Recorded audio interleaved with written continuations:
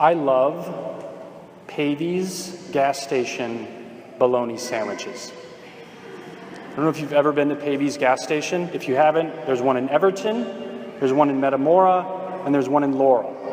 Okay? And I'm telling you this, hoping that they'll give me free bologna sandwiches from now on. But they're less than $1, and they're piled high with bologna. They're amazing sandwiches. I love them. And I think sometimes, though, we say, I love God, in the same vein that we say that we love things. Like, in the same vein that I said, I love Pavy's gas station bologna sandwiches. Not all the time, but I think sometimes when we say, I love God, we say it like, I love a certain kind of food, or I love to play video games, or I love to go hiking or go fishing. We say these things, we say we love these things in the same vein that sometimes we say we love God. And on this Trinity Sunday, we see how impossible it actually is to really love anything. It is impossible to love anything, and we know that. And that internal relationship, the internal dynamic of our Trinitarian God, Father, Son, Spirit, teaches us how this is impossible. Because the Trinity teaches us that there are only 3 ingredients that are needed for love, but all 3 are equal and all 3 are needed, and yet all 3 are distinct. You need a lover, the beloved, and you need a relationship.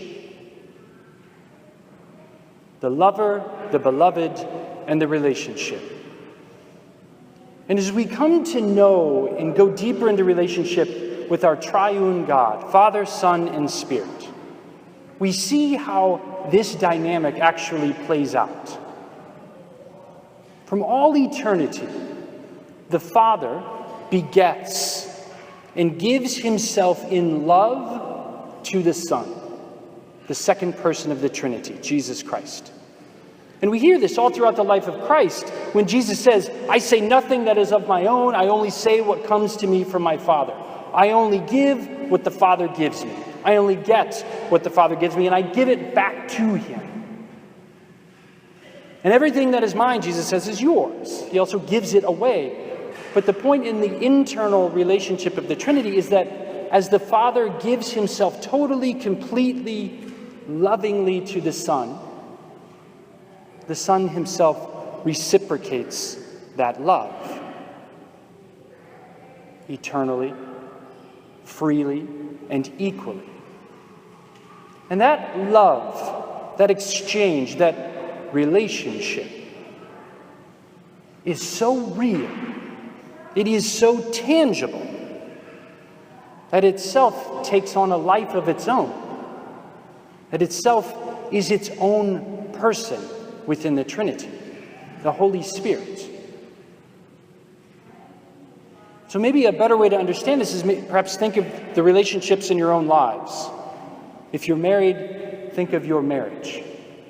How a relationship can take on a life of its own and become something actually independent of us. Maybe you've been married for 10 years, maybe it's 50 years. But think back to the day of your wedding.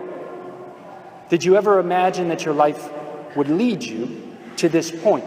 That your relationship would have changed you in all the ways that it has, and done to you all the things that it has? And it is the same way in the Trinity. That the relationship, which is an equally needed and distinct part of love within the Trinity, also has a life of its own. And so for that reason, we can't really say, I love Pavy's gas station bologna sandwiches.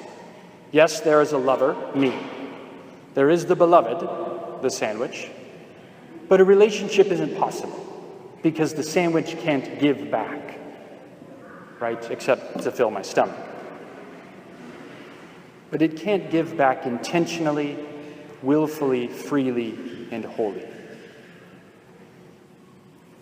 And yet, sometimes we say, I love God, in the same way that we say, I love a sandwich.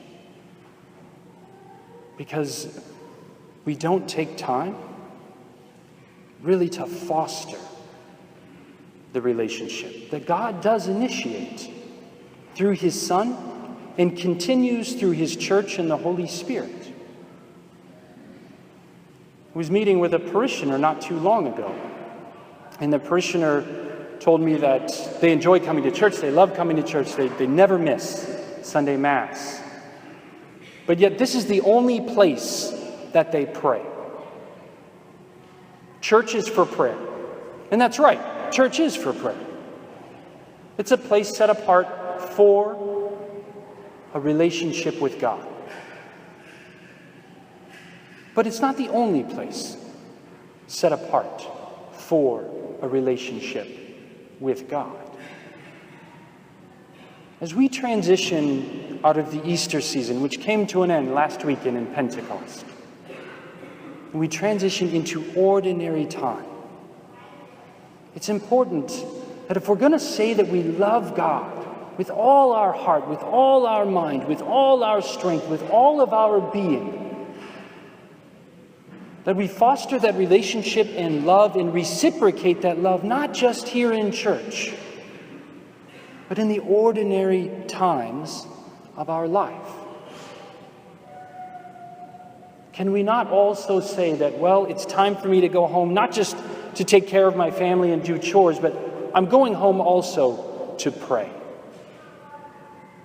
I'm not just going to work today to make a living for my family.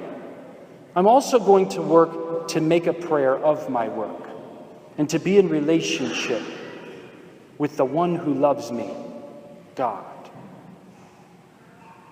Can we not say, I'm not just going hunting, or I'm not going fishing, or I'm not going to pursue some hobby just because I like it, but also because it is an opportunity for me to encounter the one who loves me in a very deep, intimate, profound relationship of prayer. We need to love God, and we do love God. But sometimes we say it as if we love bologna sandwiches. Say it like you mean it, myself included.